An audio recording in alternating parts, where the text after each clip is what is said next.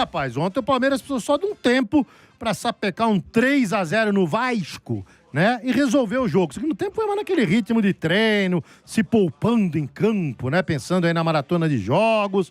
E o rapaz, essa dupla, hein? Flaco Lopes e Vitor Roque continua dando o que falar e infernizando os adversários. É o amigo do gol. Agora é, né, Domênico? Agora é o amigo do gol. Aí ele fez 2 gols mesmo, hein? 2 gols. O Vitor Roque também fez 2.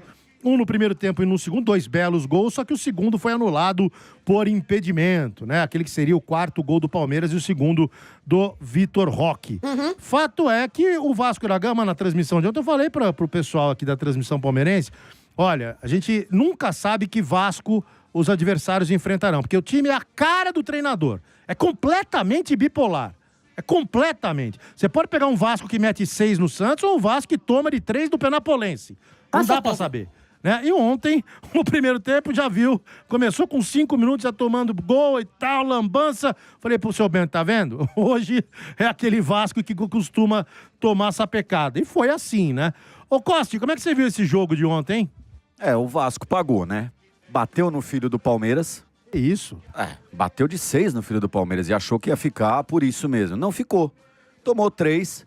A sorte é que tem uma amizade ali, o palmeirense gosta do vascaíno e deixou por isso só por 3. Mas o Palmeiras fez um ótimo jogo, Lima. Palmeiras dominante total. Primeiro tempo, o Palmeiras soube fazer o resultado e no segundo tempo acabou tirando o pé, né? O destaque para a volta do Veiga, nós comentamos aqui ontem as possibilidades que o Abel Ferreira tinha para escalar o time do Palmeiras e ele acabou optando por aquela que parecia até mais óbvio, se você olhar pelo retrospecto do Abel Ferreira no Palmeiras. Ele é um treinador que gosta de colocar confiança no jogador, de recuperar os jogadores que não estão num bom momento, e isso está acontecendo com o Veiga, pela pubalgia. O Veiga já há um ano aí vem lutando contra essa pubalgia e o futebol dele vem numa pior. E nesse momento que perde o Lucas Evangelista, que vinha sendo o principal jogador do meio-campo do Palmeiras, ele recuou o Andréas Pereira e acabou colocando o Veiga, que fez um bom jogo. Eu vi muitos elogios ao Veiga, confesso que assim, o jogo que eu assisti, o Veiga foi bem, ponto. Tá longe ainda de ser aquele Veiga, acho que não vai ser mais aquele Veiga, mas fez um bom jogo, é bom para ganhar confiança, fez um lançamento importantíssimo pro Flaco Lopes, e esse sim, né, gente? Esse aí, pessoal, vou te falar, o que tá jogando o Flaco Lopes, no começo fica aquela dúvida, né? Mas é um jogo. São 2 jogos, daqui a pouquinho ele volta a ser aquele Flaco Lopes de 2, 3 anos que o palmeirense vinha depositando aí uma esperança, mas cada vez menos. Mas realmente se reinventou, virou um outro jogador. É impressionante a qualidade que o Flaco Lopes está colocando nos jogos do Palmeiras. Falei do lançamento do Veiga, tem que falar também do lançamento que ele fez para o gol do Vitor Roque. E essa dupla encaixou de fato.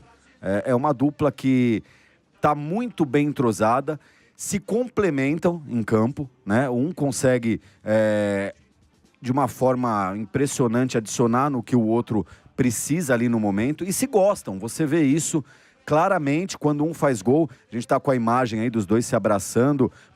Passa uma coisa muito genuína, o que é difícil, porque você acaba lidando com egos, né? Quem faz mais gol, quem vai ser o artilheiro, isso é natural do ser humano, do próprio jogador de futebol, mas os dois estão muito entrosados, muito encaixados. A vinda do Vitor Roque ajudou muito o Flaco nessa volta, né, como um segundo atacante, muitas vezes agora como um homem de meio campo, que inclusive fazendo o que o Veiga fazia, né, e com o Veiga ali ele acabou não perdendo essa característica. Então o Palmeiras está muito bem encaixado. O Palmeiras vem numa crescente no momento em que mais precisa, em que começa a definir aí o Campeonato Brasileiro, tem uma semifinal de Libertadores pela frente, mostrando a força do elenco. Aníbal vai se encaixando como o protetor ali da zaga, aquele cabeça de área literalmente, né, defendendo ali os 2 zagueiros do Palmeiras.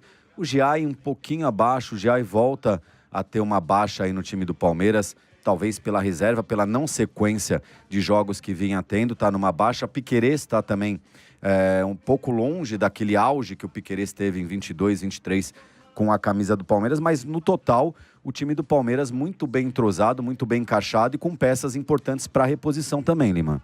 Boa. E aí, Rani? E só para ainda destacar, né, o Flaco, eu vou repetir algo que eu falei aqui um tempo atrás. O Flaco hoje, ele é um dos top 3 camisas 10 do futebol brasileiro, tá bom? Porque ele tem jogado de meia, tá, pessoal? Aquele meia que tem chegada, meia atacante, eu até brinquei aqui, que é a tal da posição Thomas Miller, né? Que é aquela posição que o Thomas Miller, ele fez com que ficasse, assim, bastante popular, que é uma mistura mesmo de um meia com um atacante. Ele articula um pouco menos e ele tem um pouco mais de chegada, pisada na área, finalização. O Flaco é bem isso. O passe que ele dá para o gol do Vitor Roque mostra justamente a qualidade de meia. Ele tem dado várias assistências aí desde que ele assumiu essa função, né? Não é uma dupla de ataque no Palmeiras lado a lado, como a gente vê, por exemplo, em outros clubes. Na verdade, você tem o Flaco, que é um atacante que fica atrás do Vitor Roque. O Vitor Roque mais na referência, porém se movimentando, e o Flaco armando e também ocupando o espaço quando o Vitor Roque ele se movimenta. Então, assim, é impressionante que ele tem demonstrado cada vez mais uma capacidade de finalização enorme, uma capacidade de atacar o espaço, como no gol de oportunismo, no cruzamento do Piquerez, que ele tá ali, ele ocupa aquele espaço deixado pelo Vitor Roque e marca o gol, né? E também ele tem mostrado que a finalização de média distância dele tá afiadíssima. Então, assim, bela dupla. Vitor Roque também, mais uma vez, destaque tremendo para ele. Todos os jornais europeus ali estão destacando a fase e o momento do Vitor Roque. A sorte do Palmeiras, sabe qual foi?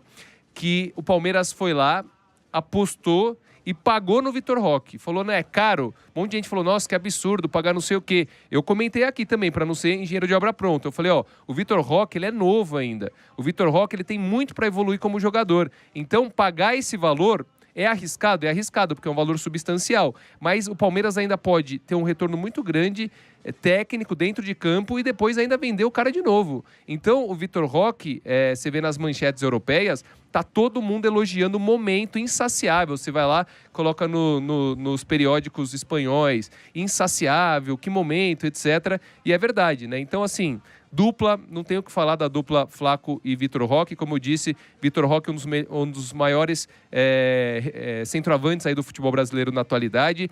O Flaco, para mim, é um dos melhores camisas 10 também do futebol brasileiro na atualidade. Isso sem falar em outros destaques individuais, como o Aníbal, que jogou muito, e o próprio Gustavo Gomes também, que fez uma partidaça. E o Andréas Pereira também a gente tem que citar, né? Porque é um jogador que pode atuar como 10, ajudar o Flaco nessa armação de jogadas. Ontem o Abel traçou vários elogios ao Andréas Pereira jogando de 8, né? Falou também da questão quando ele está sem a bola também, que ele consegue produzir bastante, né? Sem a bola, marcando também, fazendo ali aquela primeira linha um pouco mais elevada na marcação, e quando tem a bola consegue passes importantes. Então é um jogador importante e também aproveitou para enaltecer a valentia da Leila Pereira em trazer o Andréas Pereira, porque na primeira vez não conseguiu, depois com um valor um pouquinho mais abaixo, com todo o problema no Fulham, ele vem para o Brasil e logo chega, veste a camisa e resolve. E um detalhe importante, o Palmeiras é o terceiro time a chegar a 100 gols na temporada. O Flamengo foi o primeiro a chegar em agosto e hoje tem 108 gols. O Bahia chegou em setembro a essa marca, 104 gols, e agora com os 3 marcados, o time do Palmeiras chega a 100 gols em 2025.